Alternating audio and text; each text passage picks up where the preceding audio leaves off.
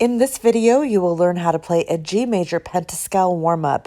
Remember, pentascale is another word for five-finger scale. We will begin by learning the scale, right hand and left hand independently, and then hands together. Next, we'll look at the arpeggio, then the chord, and finally the complete warm-up. Here's a plan for you to approach mastering the pentascale warm-up. First, master the scale. Once you have done that, master the arpeggio. Once you have done that, master the chord, and then master playing all of those pieces together. Let's take a moment to talk about what mastery means.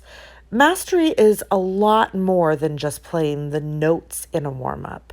When you have mastery, it feels like accuracy and precision. You are in control of your fingers and what you are playing, and you have confidence to know that you are going to play it correctly.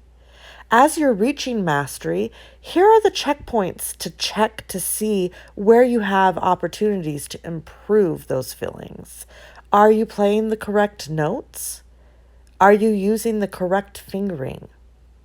Is your tempo consistent with where it should be? Are your fingers playing very strong? And are you keeping a steady pulse? If you notice anything in those areas for improvement, that tells you where to keep focusing as you work to achieve mastery. Let's get started by talking about some facts about the G Major Pentascale. First of all, G Major, just like C, is an all-white key pentascale. There are no black keys, no sharps or flats in the scale. The tonic note, which means the bottom note for the scale, is G, and the dominant note, which is the top note for the pentascale, is D. This means that in your right hand, your thumb needs to be on a G, and your pinky needs to be on a D. And it's the opposite in your left hand because your hands are mirrors. Your pinky needs to be on G and your thumb needs to be on D.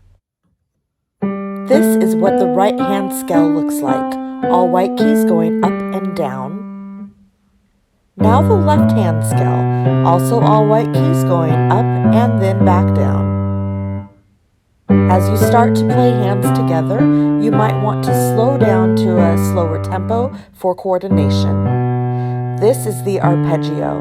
It is called a hand-over-hand arpeggio because the left hand crosses over the right hand to play the G at the top before coming back down.